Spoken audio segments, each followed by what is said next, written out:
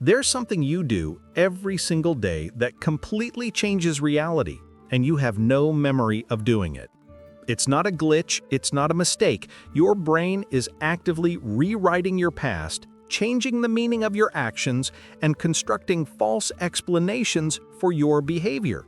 And it's doing this on purpose.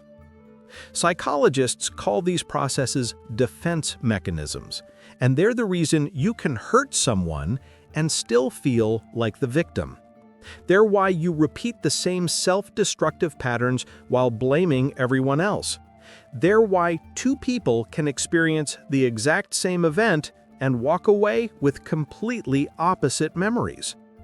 Your mind is running a constant damage control operation, and you're not the one in charge.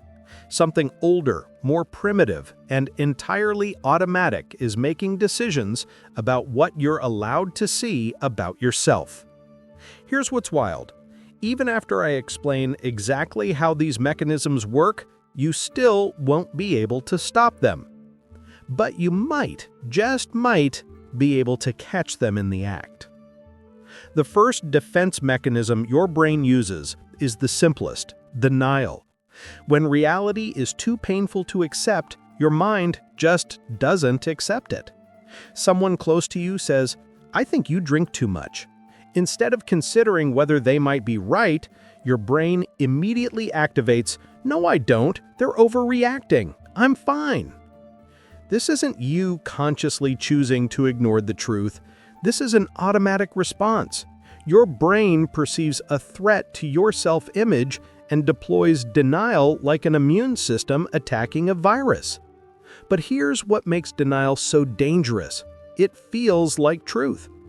From the inside, you're not in denial. You're simply seeing things clearly while everyone else is wrong. That certainty you feel, that's the defense mechanism doing its job. And denial has a partner that goes even deeper. It's called repression. Repression doesn't just refuse to accept something, it completely erases it from conscious memory. Your brain takes painful information and locks it in a vault you don't even know exists. This is why people can have gaps in their memory around traumatic events. The mind literally hid the information to protect you. The problem? These hidden memories don't disappear. They leak out as unexplained anxiety, mysterious physical symptoms, or behaviors you can't explain. Your conscious mind doesn't remember, but your body does.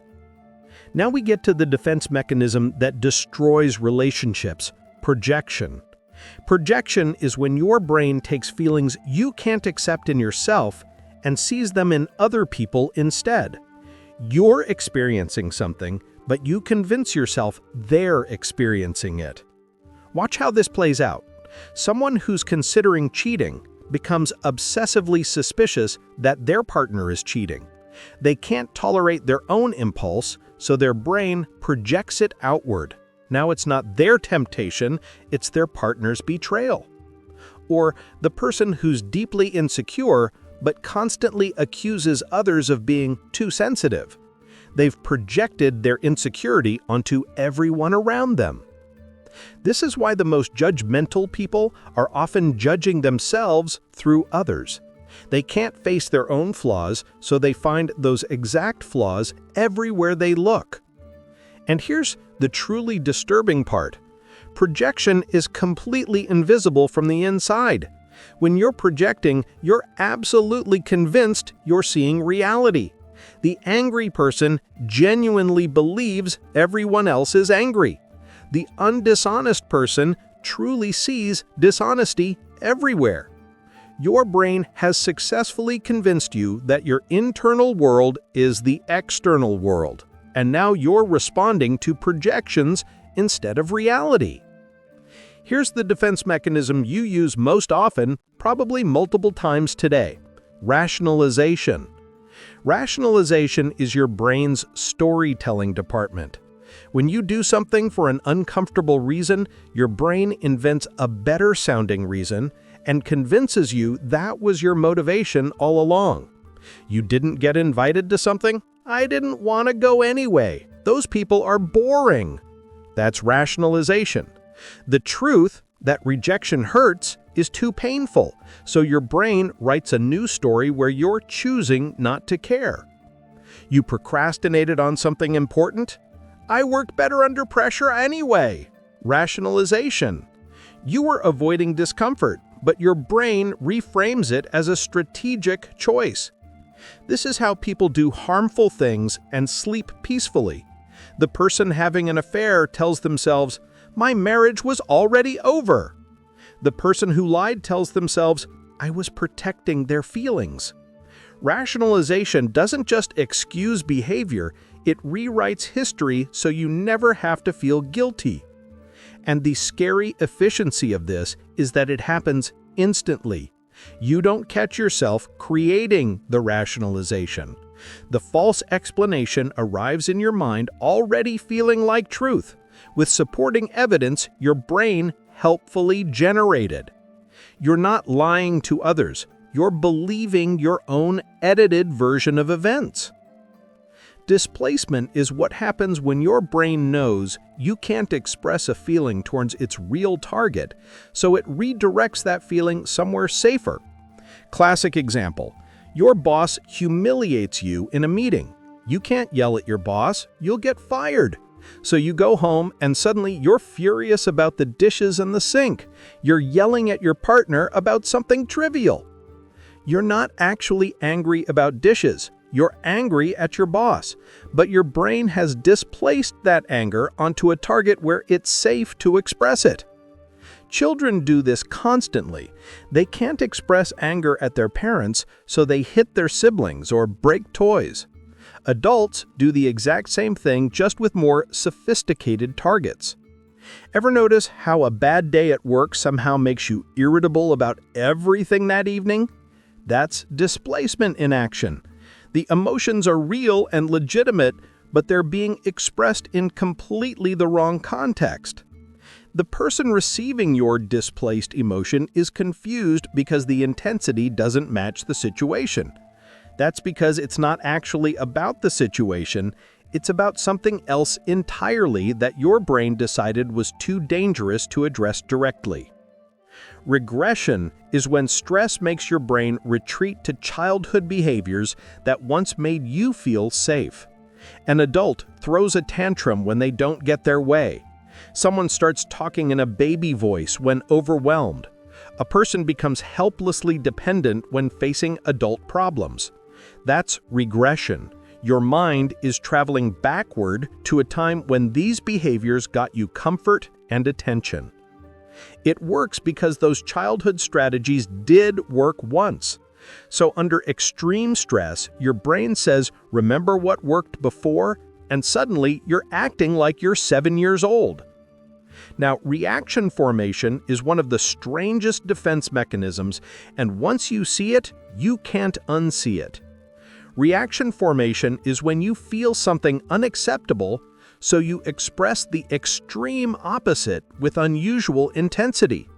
The politician who campaigns aggressively against something and then gets caught doing that exact thing?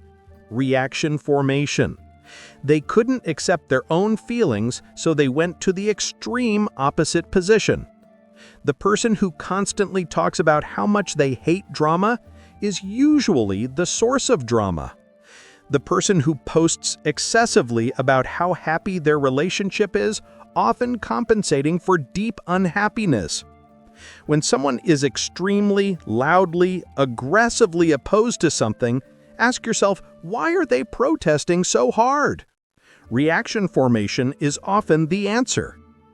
And finally, there's one defense mechanism that's actually productive: sublimation. Sublimation takes unacceptable impulses and transforms them into something socially valuable. You're angry? Channel it into competitive sports. You have aggressive urges? Become a surgeon or trial lawyer. You have dark thoughts? Create art, write stories, make music. This is the defense mechanism behind most human achievement. Artists channeling pain into beauty, athletes channeling aggression into performance. Scientists channeling obsessive tendencies into discovery. Freud argued that civilization itself is sublimation. We take primitive drives and redirect them into science, culture, innovation, and progress.